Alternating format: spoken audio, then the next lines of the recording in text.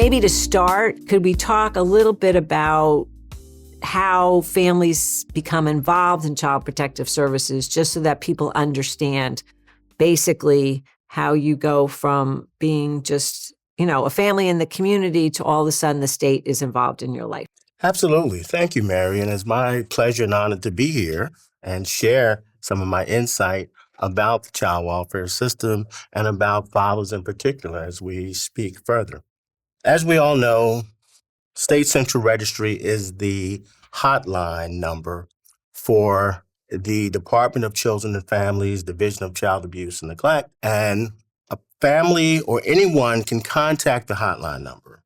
And once they contact the hotline, their screeners identify who actually take calls and determine or assess whether or not the information that's provided reaches the level of abuse and neglect. So initially, it's all allegations, and based on the screener and the assistance of his or her supervisor, they assess whether or not the information received about a family, about a child in particular, reaches the level of abuse and neglect. Also, DCF has what we call child welfare referrals. So someone can contact the hotline and ask for support and services, of which is not an allegation of abuse and neglect, but is considered a child welfare referral. Once that information received and there's no indication of abuse and neglect within that referral, then that gets assigned separately and not assigned as an abuse and neglect report. So we have reports and we have referrals that come into the hotline. So a family, I could call the hotline for services for my own family if I'm in need, if I'm homeless or I'm just struggling. Is that? That is absolutely correct. You can call the hotline, or a neighbor, a doctor, anyone else can call the hotline. Oftentimes, child welfare referrals are where folks are looking for supports to help them stabilize their situation within the family. And therefore, the division is responsible for trying to assist them with a referral. And it can be done a couple of ways. One is called information and referral. So the screener can actually take the information and contact and return back to the caller to say, here are some resources available to you within your community where you can receive counseling, for example. On the other hand, if anything is indicated within that information they receive that reaches a level of an allegation of abuse and neglect, then that gets assigned differently and not considered an I&R. How often do parents call on themselves? Well, you'd be surprised. Parents call often on themselves because the state really only has one major number to call in order to obtain services. Folks are sometimes fearful of calling the hotline because the word is that this is abuse and neglect hotline number, and what may happen if I call this particular number. But once the community and others learn that DCF actually offers supportive services to families and not just investigate allegations of abuse and neglect, then they become more comfortable for reaching out to make that phone call. Wow. And all these years, you hear people call, but that amount of people calling on themselves is kind of sad. Absolutely. Yeah. So, okay, so you have the child welfare, so I might have called it myself. But let's say my neighbor or the teacher of my kids has some concern about my children. That's the call to the hotline that then goes to an investigator? That is the call to the hotline that goes to an investigator. And if it's determined that it gets coded as either abuse, neglect, are the two major codings that's provided to a report that comes in. Once the screener supervisor signs off, it is automatically transitioned or transmitted to one of the local offices within that community or catchment area where the family resides. And it gets assigned to an investigator to investigate the allegations that are of abuse and neglect. And then does somebody come out from an office near my house? Yes, an investigator or a child welfare worker is assigned that particular report from the community that you reside and come to your house to actually interview you in reference to the allegations that have been provided. They also continue the investigation by interviewing all other parties, such as the school, such as the doctor, such as anyone else who may be involved within the family, to try and get a thorough picture of what may be happening with this particular family, what the needs are, and whether or not there's some validity to the allegations that's presented. So let's say I currently don't live with the father of my children.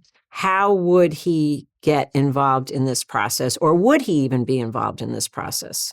A part of the investigation entails not only interviewing and assessing the situation of the home that the child or children reside, but to also reach out, identify, and hopefully locate the father of those children to see if he is able to assist with making a permanency plan, to assist with providing supports, and to assist with bringing some stability to the family.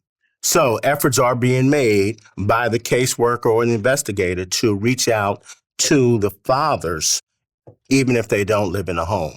Sometimes children are residing with the fathers and the mother's not in the home. So the responsibility is to reach out to those mothers as well. So you mentioned, what's a permanency plan? Good question.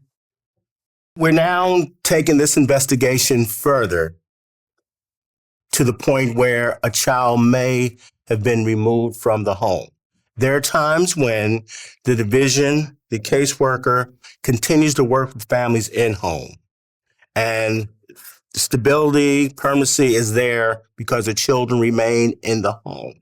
There are times when the abuse and neglect is so serious or severe and the child or children are unsafe. And if that's the case, there may be a need to remove a child or children from their bio parent and place them in a foster home or a resource home. Mm-hmm. Foster home and resource placements are temporary placements. Once that occurs, the initial plan and goal is always reunification. The division is working with the parent and the children to provide supportive services in an effort to have the children reunited with their bio parent. If for some reason, after a period of time, that cannot happen, another permanency plan needs to be identified. It may be assessed that with all the supports and services, reunification is not feasible. Therefore, the law requires the division to come up with identifying another permanency plan for the children. Two major goals and permanency plans for children if reunification is not feasible are kinship legal guardianship or adoption. Okay. So the permanency plan is really how we're going to get to whatever the goal is of the case. That is correct. And then everybody's supposed to be working towards that. Everybody's supposed to be working diligently towards a reunification plan in the beginning of the case. All efforts should be put forth. All services should be identified to support a reunification plan for children to be reunited with their bio parents. So let's say I have 3 kids and whatever happened is serious. Because from what you're saying is, in most cases, kids are not removed from their parents. Correct. Right. So, but let's say my kids have been removed. I'm not with the dad. So the division has an obligation to go find him, right? And he's going to be part of the permanency planning? Absolutely. Okay. The division has an obligation to try and find out first who the father is, if that information has not been shared or identified. And the division is currently using different techniques, not only the information from the mother, but the division also initiates what we call a legal litigation search in an effort to find that father, and continue to utilize social media, Facebook, to identify that father in an effort to assess whether or not that father is able to provide a permanency plan or participate in a permanency plan for his children. So what happens if I say he's just really a bad guy and I don't think he should have anything to do with our family? And that happens occasionally, and the division has an obligation to not accept that at face value. It is the division's responsibility to actually make their own assessment of the father and his ability to parent or his ability to participate and provide a permanency plan for his children or child. In your experience, how well do we do that consistently? We have made tremendous progress and improvement with the searching of dads. Social media has come into play, and Facebook, that has contributed. Initially, it was just a legal litigation search, and occasionally we would locate the fathers. And unfortunately, some of the addresses were not correct, but it is the responsibility of the division to go out and assess each and every address that comes up on a litigation search. So with that in mind, the division has made tremendous progress in identifying and locating fathers, and of course, have now begun to make tremendous progress in not only locating, but engaging fathers, which is so critical. Thank you so much for watching. Check out the full conversation by clicking the link in the top right corner or the link in the description. And be sure to leave a like, subscribe, and hit the bell if you enjoyed the video and want to be updated when our new interviews are released.